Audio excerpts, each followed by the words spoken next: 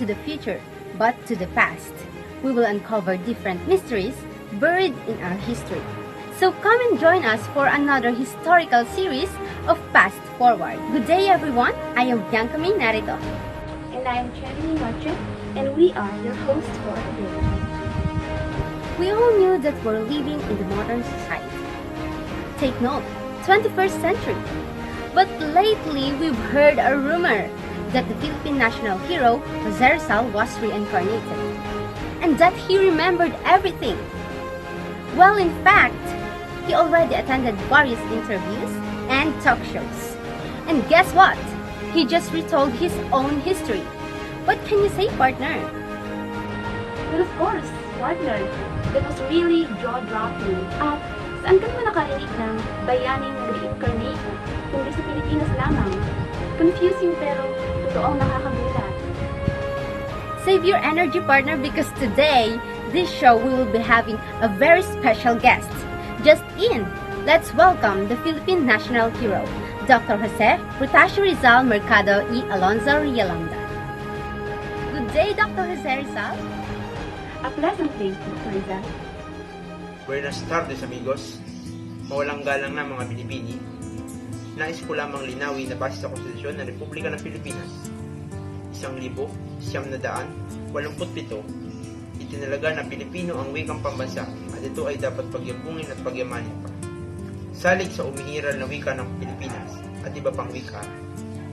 Sa ganyang katuwiran, maaari bang wikang Pilipino ang aking gamitin, bukod sa wikang Espanyol na nakaimbak sa aking bokabularyo? Our pleasure. Kami man din ay gumagamit ng wikang Filipino. It was truly an honor na kayo ay nagpaundak sa aming paanyaya. Maraming salamat. Eres bienvenido, senyorita. Nais ko lang ding sabihin nakakaunawa ako ng wikang Ingles. Kaya huwag kayong mabahala sa inyong gagamiting wika. Let's not keep them waiting. We are aware how talented and intelligent you are. At this juncture, we wanted to ask you some questions regarding your education as well as the trivial matters like how your life as a student is and how you cope up with all the challenges you faced. So let's start with your early education in Calamba and Binyan. Could you share us some of your notable events and persons back then? Gracias por esa pregunta. Ang aking ina ang aking unang naging guro. Siya ang nagturo sa akin kung paano magbasa at manalangin. Siya rin ang mikayat sa akin na magsulat ng tulay. Pagkatapos niyon, nagkaroon ako ng opisyal na sariling tagapagturo, sina Maestro Celestino at Maestro Lucas Padua. Gayon din ang aking ginagalang na si Leon Monroy na nagturo sa akin ng wikang Espanyol at Latin bago ang mag-aral sa pribadong eskwelahan sa Binyan. Oh, that was a good start. I can now see the product of their teachings. Well, how about your daily life in Binyan? Could you provide just a brief description? Tandang-tanda ko pa. Tuwing alas 4 ng madaling araw, ako ay gumigising para magsimba. Sa kauuwi ng alas 10 ng umaga. Pagsapit ng alas 2, ako ay pumapasok sa eskwelahan at uuwi ng alas 5 ng hapon. So you have only 4 hours in school back then, right, Dr. Rizal? Si, exactamente, senyorita. Maaari mo rin bang ibahagi sa amin iyong mga pangyayari at ang mga tao na hindi mo makakalimutan sa Binyan? Sa iyong sinambit, naalala ko si Maestro Justiniano Aquino Cruz Rizal. Sariwa pa sa aking alaala ang kanyang figura. Siya ay may payat na katawan at ito ay bahagyang nakaputok. Mahaba ang liig at mayroong napakatangos na ilong. Naalala ko din si Pedro at Andres sa landanan na aking hinamon sa pakikipagbuno at arms wrestling. Samantala, mayroon akong isang kamag-aral na mahilig magpinta. Siya si Jose Guevara, ang paboritong pintor sa klase. Based on what I've heard right now, is that this Jose Guevara was the one who teach you about art. I mean, you're such a great visual and fine artist. He might influence you. Nauunawaan ko ang iyong ibig sabihin, Pilipino. Ngunit ang pintor na nagngangalang Juanico, manugang ng isang maestro. ang siyang nagturo sa akin ng libre kung paano gumuhit at magpinta. Un pintor muy talentoso. So, Dr. Rizal, from 1872 to 1877, you attended Ateneo Municipal de Manila, right? Sí, que era cierto. Is it really true that you are only 11 years old at that time? How about your experience? Did you find any subject difficult to deal on? Tama ang iyong sinabi. Ako'y 11 taong gulang pa lamang noon. Magkagayunman, noong una, hindi ako tanggap sa Ateneo dahil ako ay nahuli sa pagpapatala at masyado daw maliit para sa aking edad. Sa kabila ng aking edad, ako'y nakakuha ng mataas na marka, gaya sa filosofiya, pisika, kemika, at kasaysayang natural sa pag-aaral ding ito. Ako'y nagsimulang magbasa ng nobela, sumulat ng tula, at maging melodrama. Sinanay ko din ang aking sarili sa pagguhit, pagpinta, at pagmamodle ng laman na akin din namang nakagawian at naging libangan. Wow, I still can't get over to the fact that you are a polymath. Having you here makes the atmosphere really interesting. Gracias, señorita. For the meantime, give yourself a rest, Dr. Rizal. In connection with your student life in Ateneo, we invited one of your classmates from the school. Will we call on Miss S? A pleasure to have you here. Good afternoon, it's my pleasure. I was also glad to meet the genius Rizal face to face in this point. Thank you. Don't mention.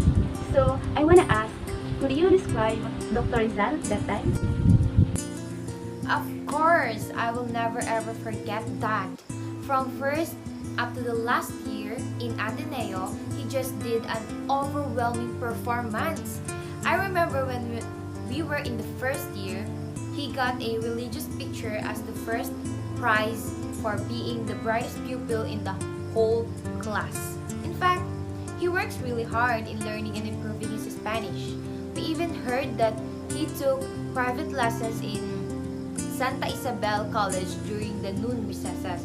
In second and third year, Rizal received excellent grades in all subjects and a gold medal. In fourth year, he became an intern and topped all of us in all subjects and won 5 medals at the end of the school term. That was really a laudable part.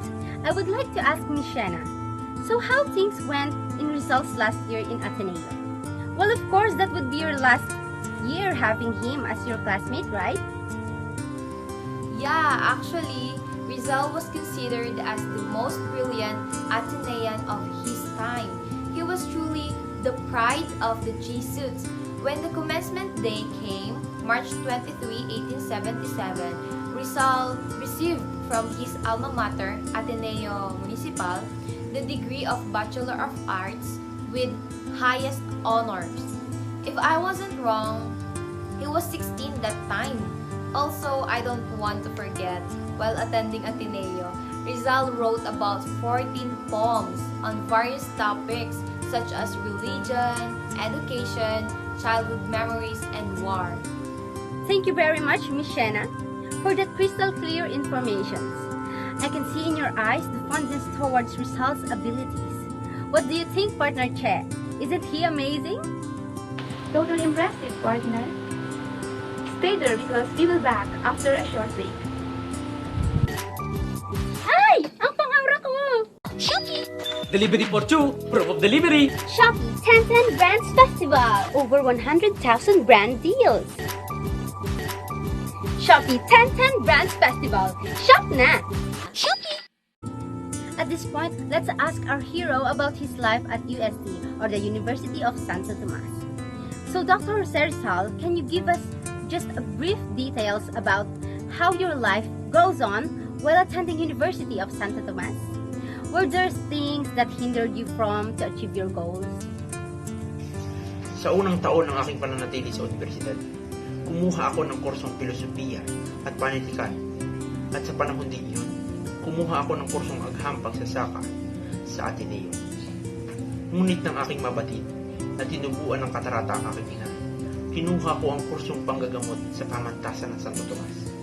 Noong taong 1882, hindi ko matanggap ang hibang at mapanuring pag-ugali ng mga paring Kastila sa mga katutubong mag-aaral, kaya makalipas ang 4 na taon. Palihim akong nagtungo sa Espanya upang doon ipagpatuloy ang aking pag-aaral. May isa akong katanungan, Dr. Rizal.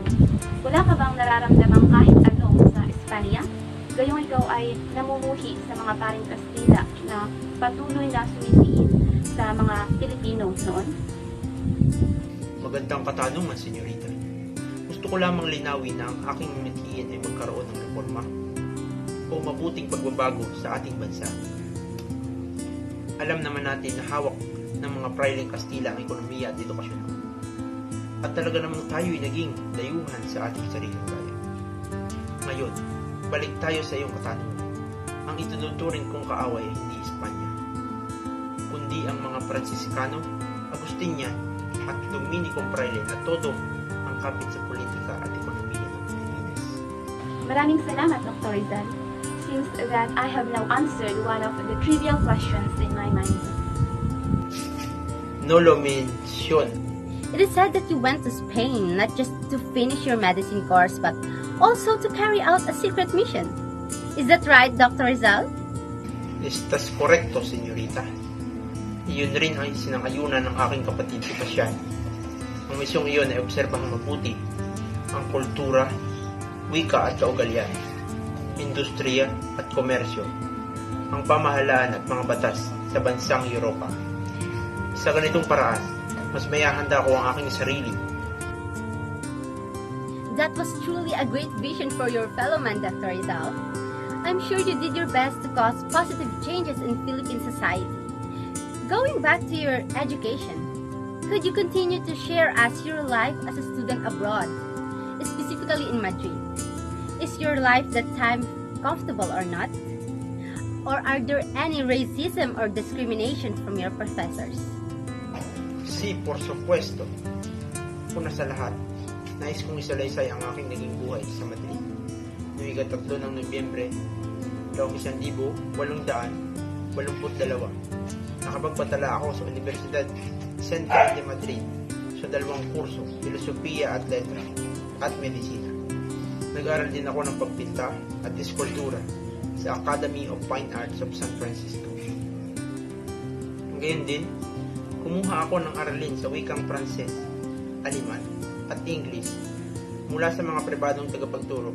Bukod dito, nagsanay din akong ng istukado or arnis at pagbaril. May pagkakataon ding aking nasilayan ang mga galerya ng sining at mga museo.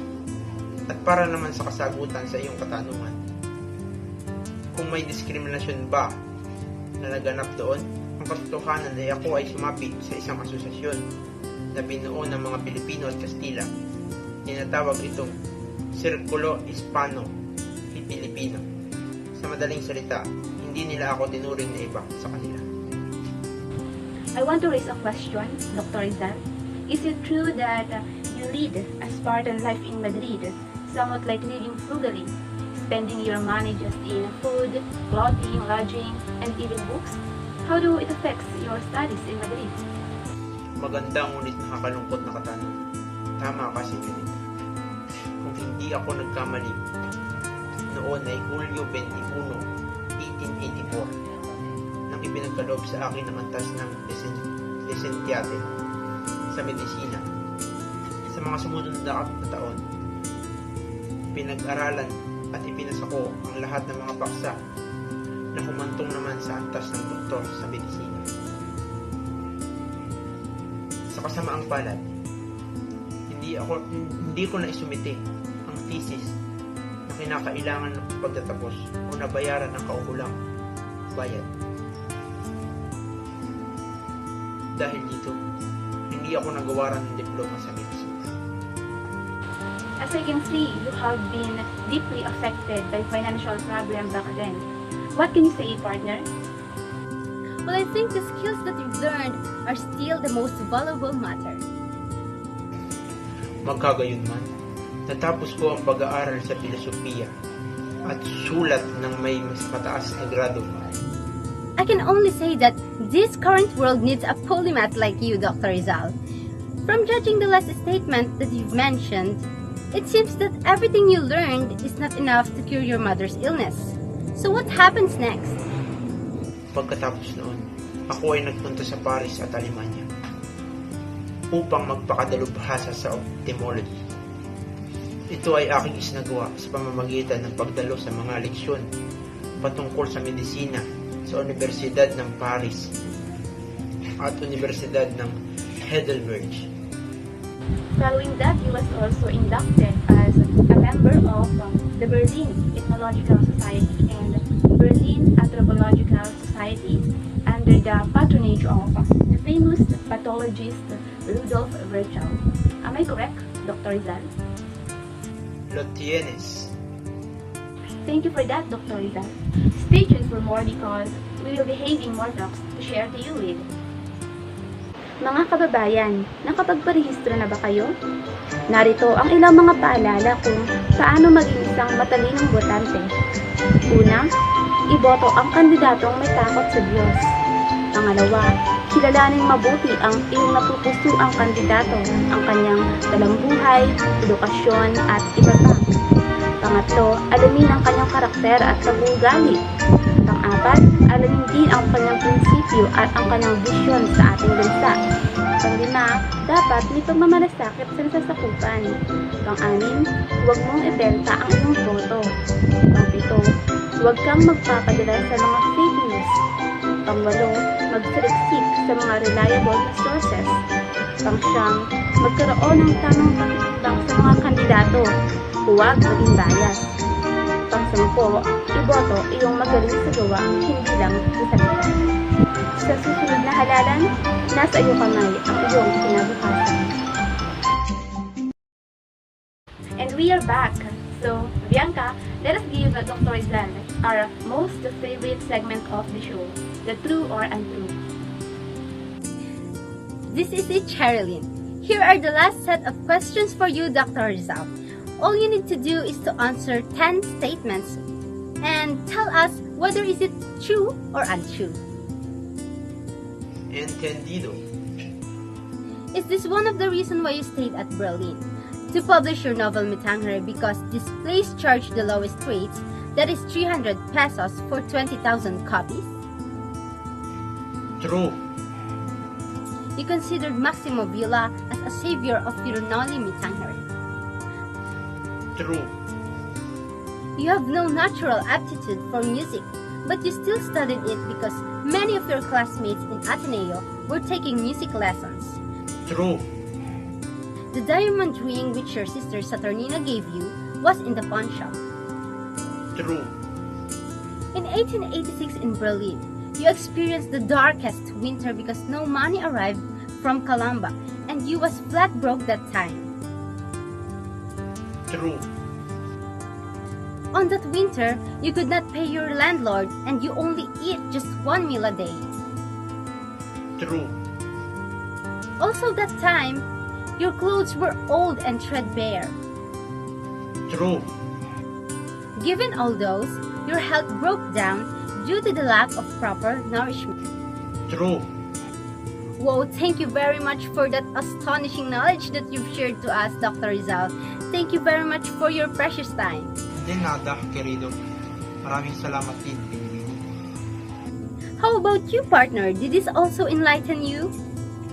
Certainly. In fact, there are a lot of things that I learned just now. Please be with us till the end. We will continue after a short break. Paano ka mag-alaga ng skin? Lotion dito, lotion doon. O vitamins here, vitamins there. Dahil ang Myra, not just lotion, vitamin lotion. Powered with 5 essential vitamins. Myra's best for the skin. Kaya ang skin, hindi lang makinis, healthy kinis. Not just glowing. Healthy glowing. Iba talaga. Kaya, Myra Vitamin Lotion na. And now for the last segment of our show, let's have a quick discussion with Dr. Rizal's sisters, Trinidad and Narcisa Rizal. A pleasure day to you. Good afternoon, Miss Trinidad and Miss Narcisa. Good afternoon, Miss Bianca and Miss Jack. Let us start with you, Miss Narcisa. Earlier, we heard from your brother that he suffered too much in Europe, specifically in Madrid, where he wasn't able to obtain his diploma, and in Berlin, where he faced the worst winter in his life. As a sister, how did you respond with these challenges? Well, you know, Miss Bianca, I can see that my brother was really concerned with our mother. He wanted to cure her. That's the first reason why he went abroad. When we heard that my younger brother was having a hard time, we really did our best to extend our hand. I pawned my jewelries and even peddled my clothes.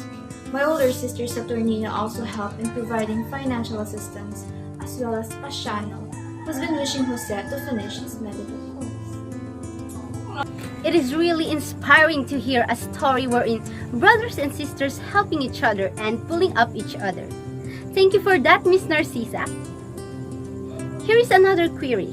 It is said that you could recite from memory almost all the poems of the national hero. Is that true? Yes, Miss Bianca, I really do. Here is the last question. Many people tend to ignore things you've done when your brother died. What exactly did you do afterwards? Thanks for asking. The truth is, I painstakingly searched for the place where the authorities secretly buried the dead Rizal.